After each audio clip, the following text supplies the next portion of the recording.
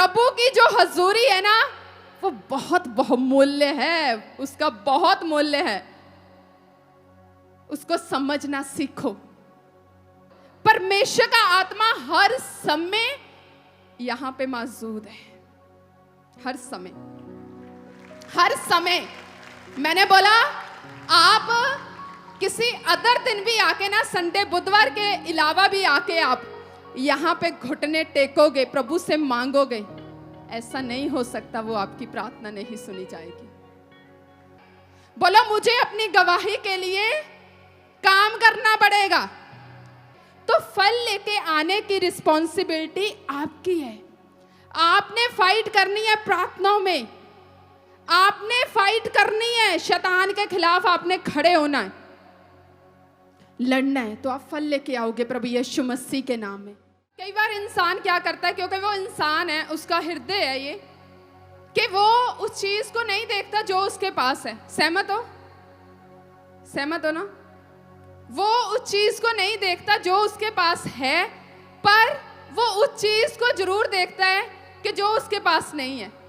जब हम प्रभु की हजूरी में आते हैं ना, ये पिछले दिनों में प्रभु ने मुझे भेद दिया, जब आप प्रभु की हजूरी में आते हो ना, तो उन चीजों को लेके मत आओ कि आपके पास, आपने मांगना है। प्रभु का वचन कहता मांगोगे तो तुम्हें दिया जाएगा, पर आपने देखना है जिस समय जो करना चाहिए ना, उस चीज को करना है। समझ गए क्या बोलना? समझ रहे हो क्या बोलना चाहती हूँ?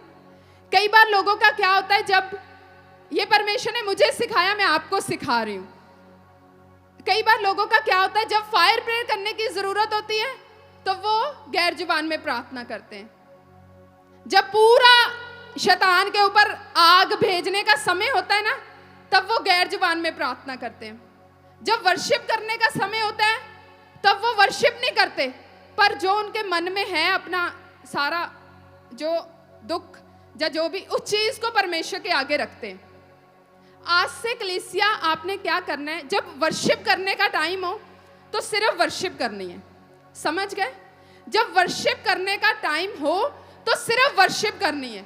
जब गवाहियों का समय हो तो गवाहियों को सुन के, परमेश्वर के कामों को देख के, अपनी आंखों से, अपने कानों से सुन के, अपनी आंखों से देख के, अपने हृदय में लेके उसका धन्यवाद करना है। समझ गए?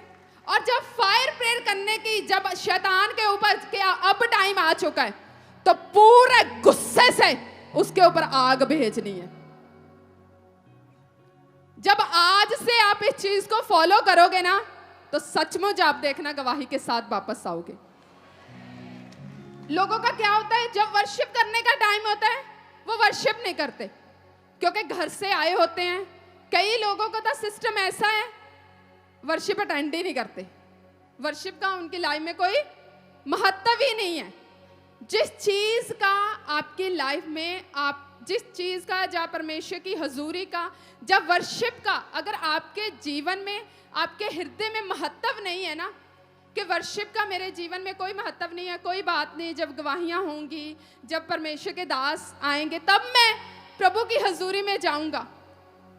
तो जैसा आप प्रभु को आदर देते हैं, जैसा आप परमेश्वर की हजूरी को महत्व देते हैं ना, तो वैसा ही आपके जीवन में होता है। आपको अपनी लाइफ में हर एक चीज के लिए, परमेश्वर के कामों के लिए, वर्शिप के लिए, प्रभु के जो हम टेस्टिमनीज दिखाते हैं उनके लिए, हर एक चीज के लिए आपको क्या करना पड़ेगा। हर एक चीज का आप देखो कि ये मेरी लाइफ में महत्वपूर्ण है। हमने पिछले दिनों में क्या गवाहियां देखी, ये मेरा टॉपिक नहीं था कलीसिया, सच्ची बोल रही हूँ, ये प्रभु के आत्मा ने अभी दिया, आपको मैं सिखाऊं उस चीज को। पिछले दिनों में हमने क्या सुना कि एक भाई ने गवाही दी, तो दूसरे भाई ने गवाही को रिसीव किया, विश्वास किया कि प्रभु मैं भी विश्वास करता हूं, वो भी गवाही के साथ आया।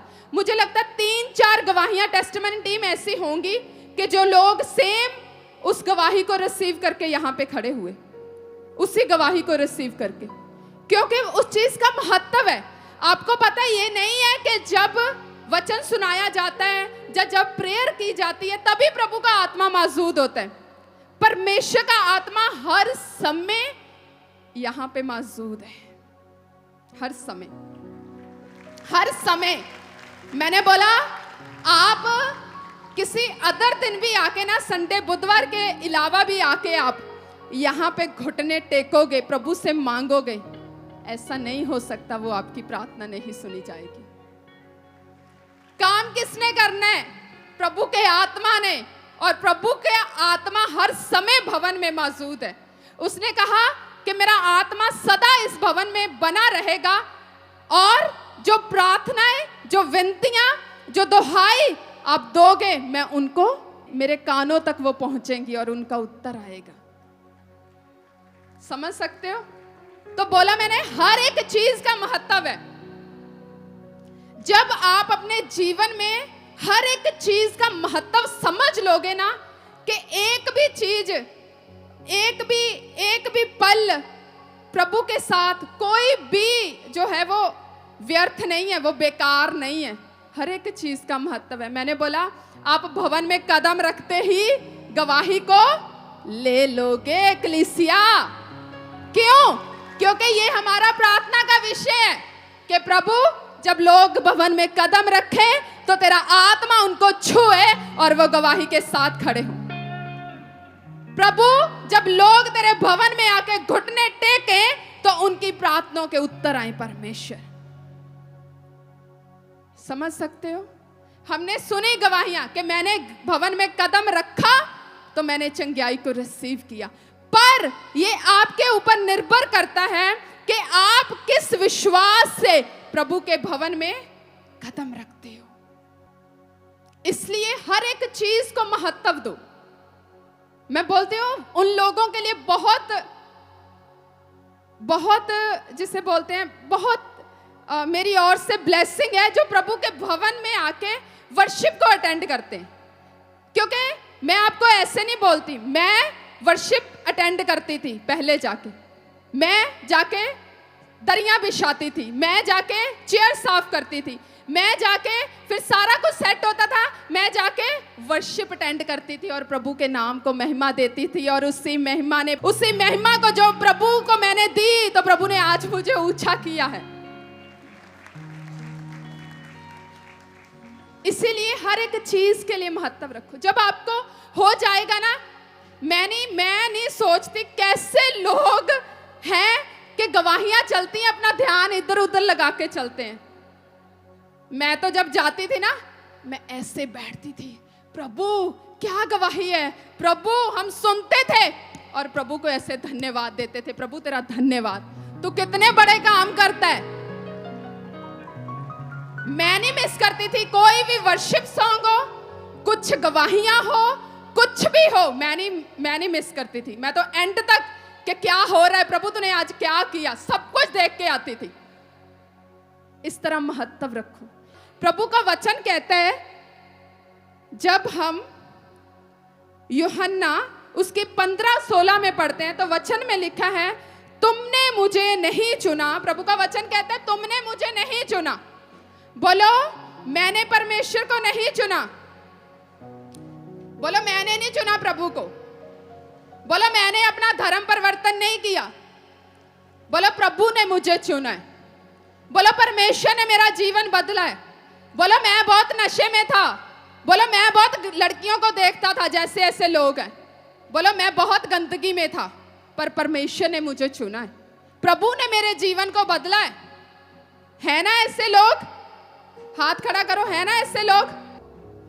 और इसी को देख के जो परमेश्वर ने किया है ना, करो महिमा प्रभु की।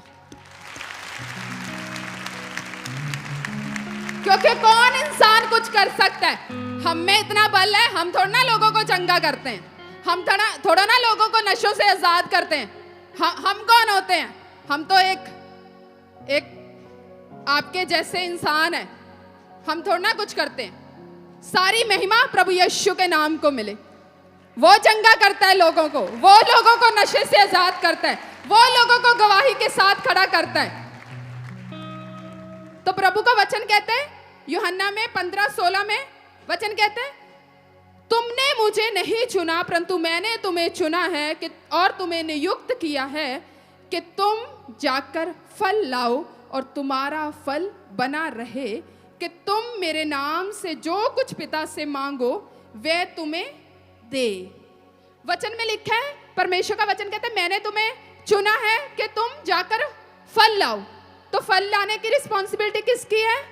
बोलो मेरी, बोलो मेरी, बोलो मेरी मम्मी की नहीं है कि मम्मी तू जाके प्रार्थना करना मेरा वीजा लग जाए।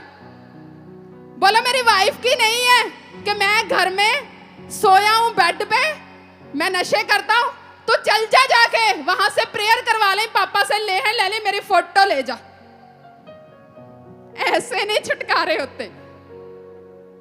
मम्मी तू चल जा, मैं पेपरा जो पास हो जावा, मैं बैठा गेम खेलता घर जा, मैं अज संडे आ, मैं पूरियां अपनियां थकावट लावा, तू जाके मम्मी मेरे पेपरां ले प्रेयर करवा ली। ऐसे नहीं होगा।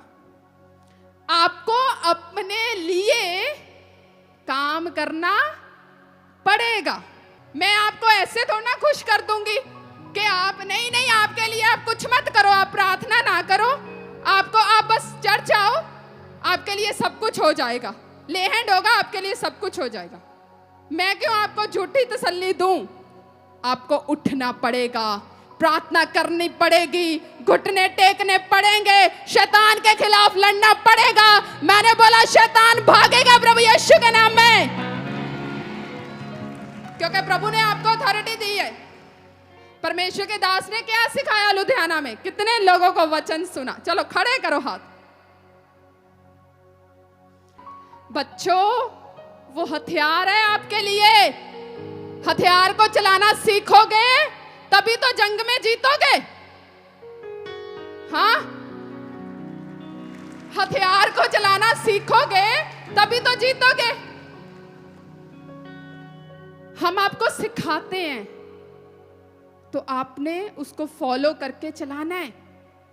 वॉलंटियर से पूछोगे ना, उनका भी ऐसा ही हाल होगा। कोई बात नहीं, घबराओ मत, सच्ची बोल रही हूं।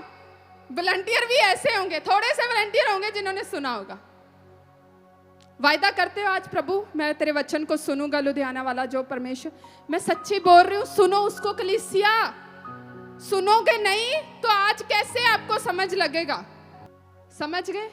प्रभु का वचन कहता तू जाकर फल लेके आए, तो फल लेके आने की रिस्पॉन्सिबिलिटी आपकी है।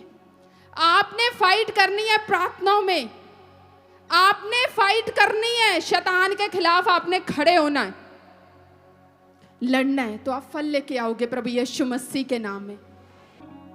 तो कोई बात नहीं, पिछले हफ्ते में आपने 3 टाइम प्रार्थना नहीं की, पर आज से आपने करनी है प्रभु यीशु मसीह के नाम में। समझ गए?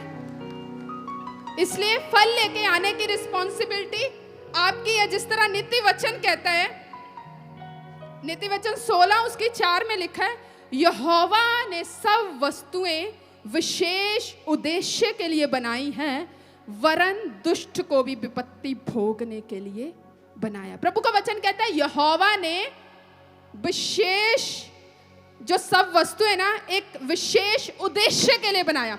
बोलो मैं प्रभु के राज्य के लिए एक विशेष उद्देश्य के लिए बनाया गया हूं। बोलो तो सही, कुछ लोग तो बोल ही नहीं रहे। और परमेश्वर ने आपको एक विशेष उद्देश्य के लिए बुलाया। बोलो मुझे परमेश्वर ने एक खास उद्देश्य के लिए चुना है, मुझे परमेश्वर ने एक खास उद्देश्य के लिए चुना है। आपको पता है वचन कहता आपको एक विशेष उद्देश्य के लिए चुना गया है। आप बेकार नहीं हो, आपको परमेश्वर ने ऐसे नहीं बना दिया। जो सब वस्तुएं हैं परमेश्वर की ओर से बनाई हुई, वो एक विशेष उद्देश्य के लिए बनाई गई हैं।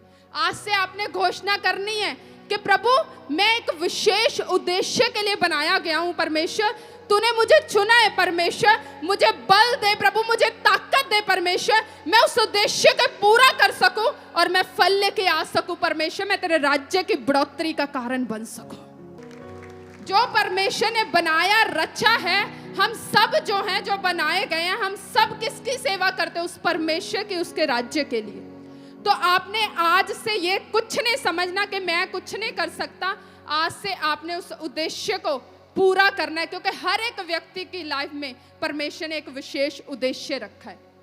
तो फाइट करनी है, प्रार्थना करनी है, अपने मन में घमंड नहीं रखना, नम्रताई के साथ परमेश्वर के साथ चलना है। जैसे परमेश्वर के दास सिखाते हैं उस चीज़ को फॉलो करना है। आज वायदा करना है सबसे पहले कि प्रभु मैं 3 टाइम प्रार्थना नहीं कर पाया, प्रभु मैं इस बात के लिए क्षमा मांगता हूँ, लेकिन आज से प्रभु मैं तेरे भवन में ये वायदा करता हूँ परमेश्वर कि आज से मैं 3 टाइम प्रार्थना करूँगा। परमेश्वर मैं वायदा करता हूँ प्रभु, मैं तेरी हजूरी को परमेश्वर ऐसे हल्की बात नहीं लूँगा। परमेश्वर मैं वर्शिप अटेंड करूँगा, मैं प्रभु गवाहियों को सुनूंगा, मैं तेरे भवन में रेगुलर संडे आऊँगा। परमेश्वर मैं इस चीज़ के लिए वायदा करता हूँ। छुटकारे के लिए आपको अपनी लाइफ में डिसीजन लेने पड़ते हैं, फल लेके आने के लिए आपको अपनी लाइफ में डिसीजन लेने पड़ते हैं। इसलिए जब आज अपनी लाइफ में डिसीजन लोगे, मैंने बोला डिसीजंस के ऊपर, फैसलों के ऊपर आपकी लाइफ जो है वो निर्धारित करती है कि आपकी लाइफ कैसी बनेगी।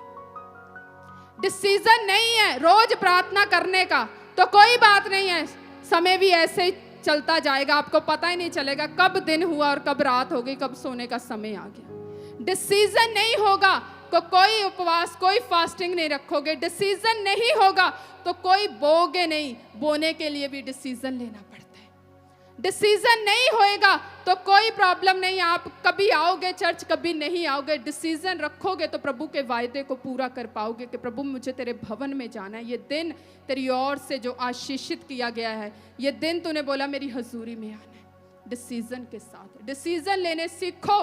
मैंने बोला डिसीजन आपकी जिंदगियों में, आपकी लाइफ में गवाही को लेके आएंगे प्रभु यीशु के नाम में।